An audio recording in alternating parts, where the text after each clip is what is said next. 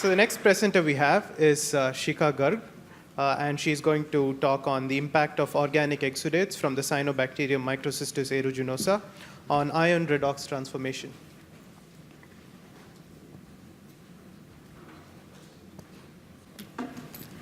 Good afternoon, everyone. My name is Shikha Garg, and I work with Professor Wade at Waters Research Center at UNSW.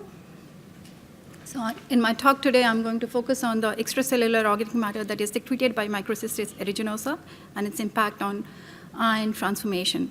So this is a bit of detour from what we have heard earlier today and yesterday, but it is an important and interesting aspect of cyanobacteria. Anyone who knows Professor Wade, he is an iron man, and here I'm presenting the iron. And anyone who works in the group is familiar with iron and has to work with iron, so I'm here presenting the iron work. So we've had many interesting talks on Microcystis aeruginosa, showing the release of toxins by Microcystis aeruginosa. In addition to producing toxins, it also generates significant quantities of extracellular organic matter. And the purpose of generation of these organic matter, as well as the nature of these organic exudates, is not very well understood. So one of the hypotheses that we put forward was it maybe facilitates in the ion uptake process, because iron is a critical micronutrient in many natural waters. So production of these exudates by Microcystis aeruginosa can facilitate ion transformation, make iron more labile, and can help in the ion uptake process. A brief introduction about the ion chemistry. It has a very interesting redox chemistry. In natural waters, iron exists in two redox states, namely the ferric ion and ferrous ion. Ferric ion is the thermodynamically favorable form.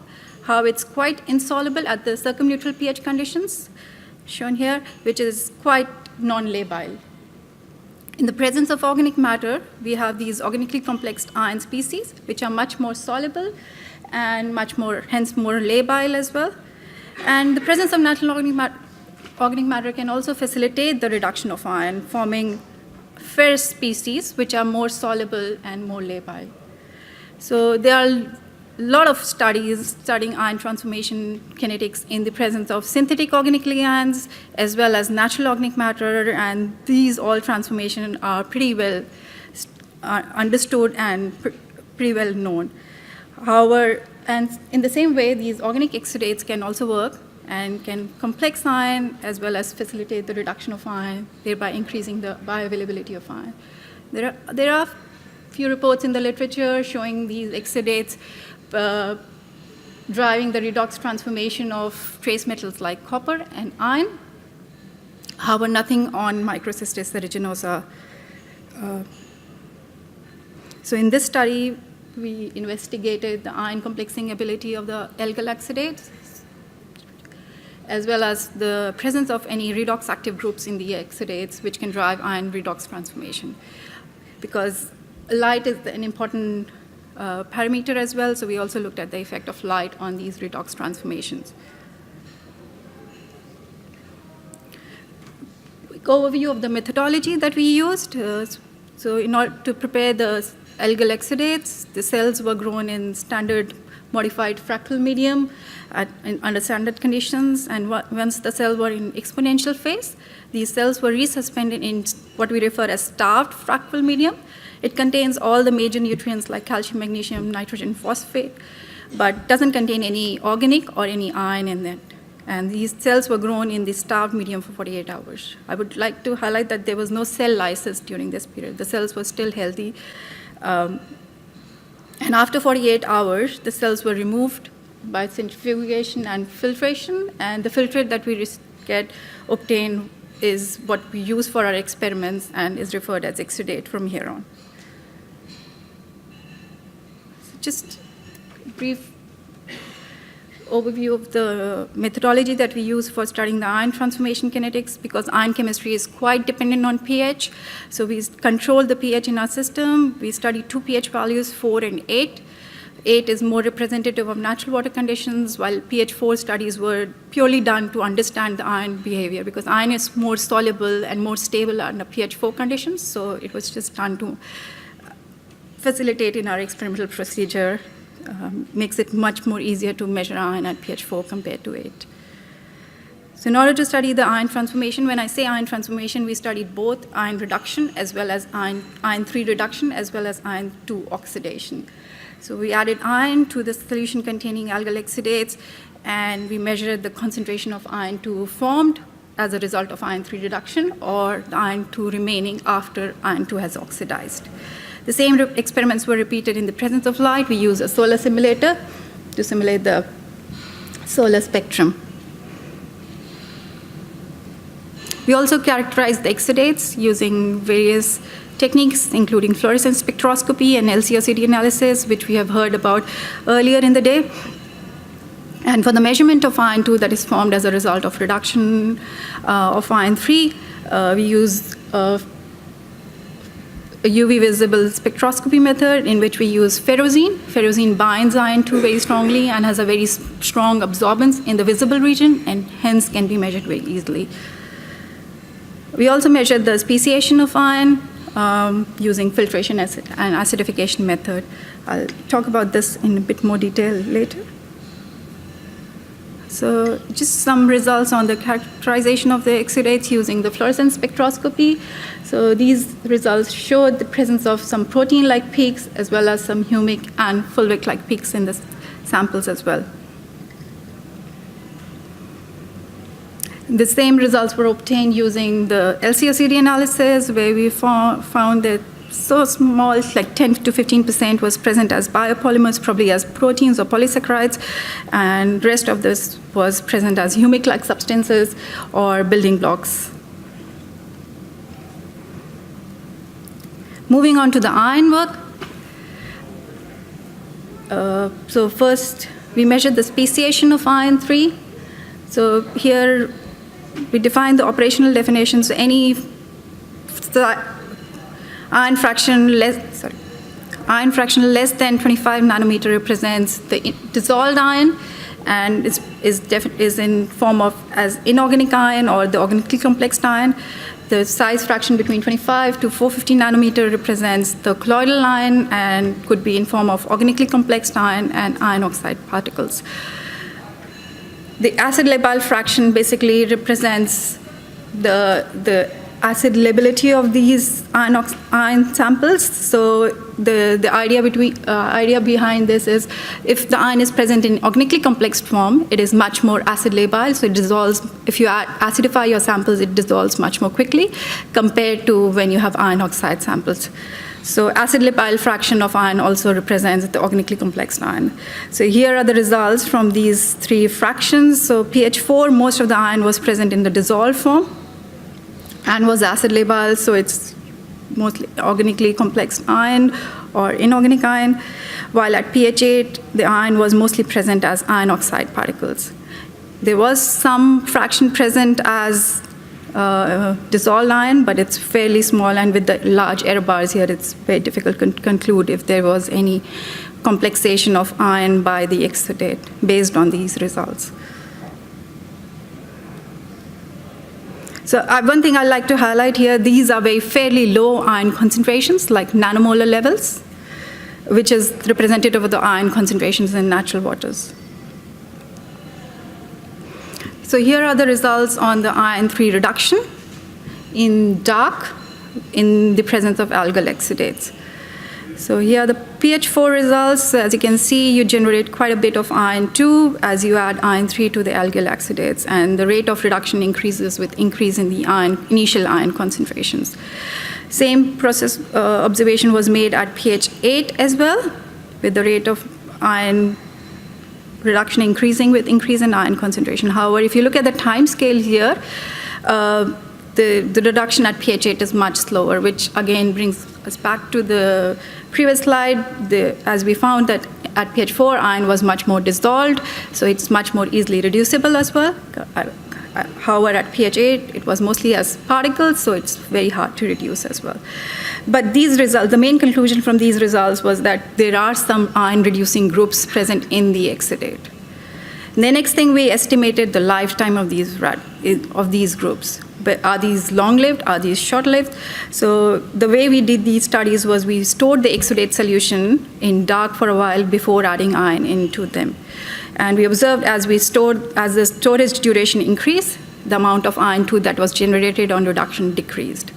And based on this data, we estimated that the lifetime of these groups is around 2 hours. Sorry, half-life of these groups is around 2 hours. Same experiments were, as I mentioned, were repeated under light as well. The rate of iron reduction under light is quite significant. As you can see, the starting iron concentration is 100 nanomolar, and nearly 100 nanomolar of iron is reduced within 10 minutes in the exudate in the presence of light. At pH 8, the rates are much slower. Again, iron oxide particles is less reducible compared to dissolved iron. Now, looking at the iron 2 oxidation kinetics, so at pH 4, iron 2 is quite stable. It doesn't oxidize very easily, but as you can see, and that was kind of proven when we have the control experiments where there was no exudate. We didn't observe any iron 2 oxidation within 1 hour. But in the presence of exudate, there was an increase in the oxidation rate of iron 2, which is basically suggesting that exudate forms some sort of complex with iron 2, thereby altering the redox potential of the iron 2, iron 3 redox couple, facilitating its oxidation by oxygen. So I don't show the results here, but this oxidation is driven by oxygen. So if you remove oxygen, you don't observe any oxidation happening. So the exudate is enhancing the oxidation of the iron 2 by oxygen just by forming a complex with it. Similar results were obtained at pH 8 as well. The oxidation, as you can see here, is much more faster. But the effect of exudate is still discernible here. Again, supporting that there's some sort of complex formation between the iron 2 and exudate, which speeds up its oxidation by oxygen. There was no effect of light on the oxidation process. Usually when we work with other natural organic matter, we do see an increase in the oxidation of iron 2 in the presence of light, which is due to generation of some organic radicals. But here we didn't observe that, which made us conclude, okay, there's no generation of any other organic oxidants in the presence of exudates.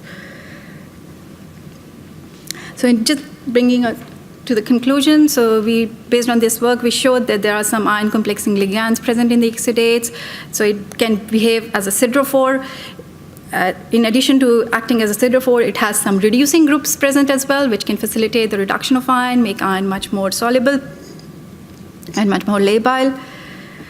I didn't show the results here, but these organic exudates, when exposed to light, they produce some strong organic radicals as well, such as superoxide and hydrogen peroxide, which could again play a role in natural systems. And Andrea spoke a little bit about, in very detail about it as well. So these exudates, we have done some studies as well, and we found that these exudates can stabilize iron oxide and prevents their aggregation, forming smaller particle size, forming smaller flux, which can have implications to the iron water treatment process as well, receiving water which are impacted by algal blooms. One thing I'd like to mention that in these studies, we have the pulsed addition of iron. So we had just initial addition of exudates, but in the natural systems where we have these algal cells, there's continuous generation of these exudates, and the effect of these exudates on iron chemistry will be much more prominent compared to what we observe here. With that, I'd like to thank you all for listening, and I'll be happy to answer any questions that you have.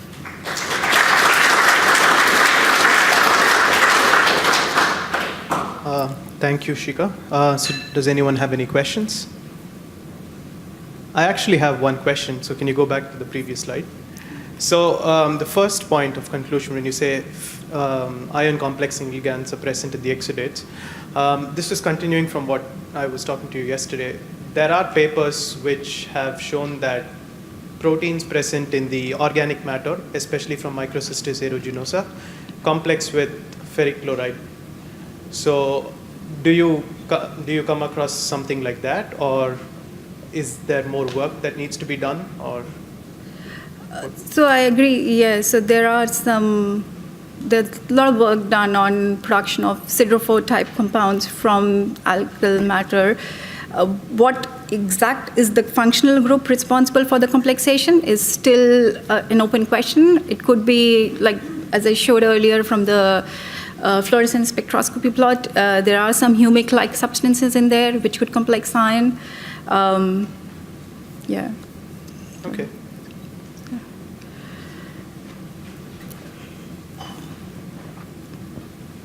So apologies for the question, because it's coming from complete ignorance about how algae use iron. But so is the hypothesis here that the algae are deliberately exuding polymers that then make the iron more labile? That's right, yeah. I guess the question then is, have you done any experiments, or has someone done experiments where you have a culture that's iron-starved versus a culture that's not iron-starved? And whether Yes. they produce different compounds? Very good question, and that's what we wanted to do as well. Like, so in this particular case, the culture was iron-starved. There was no iron in the culture when these algal exudates were produced. But we haven't done any studies where there is iron, and we have. So that's the next step we want to move to, like, to understand what conditions affects the generation of these algal exudates, light, iron concentration, pH. That will give us a bit more confidence in providing an answer, like why these algal exudates are produced by these microalgae.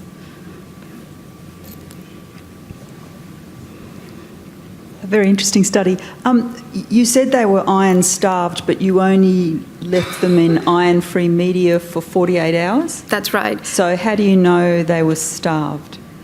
Because that's not very long for an algae to be without some growth requirement. Yes, so like iron-starved compared to what they were growing before, the cells were growing in iron-rich medium, and then they were transferred to zero iron medium. So that way they were starved. But yeah, I agree with you that there was still enough iron probably attached to the surface, which was enough for them to survive for 48 hours. And I didn't show the results here, but yeah, we do see some cell lysis happening for longer duration, but within 48 hours the cells were happy and they're growing. And just a quick follow-on question. I mean, you looked at Microcystis, and I assume that's because Microcystis is a problem species, but is it possible that lots of cyanobacterial species do this? Yeah. So one of the reasons we worked with Microcystis was that it's the problem species, but the other reason which was very good about Microcystis, it's much more robust, so it's easier to work with. But we tried other algae as well, but during the preparation procedure, we had a lot of issues, and the cell was rupturing, and we were not able to conclusively say that it's the intercellular organic matter that we were using, or was it just the extracellular. So yeah, we would like to work with other algae as well, but so far we haven't done any work on that yet. Okay, any other questions? Okay, thank you. Thank you.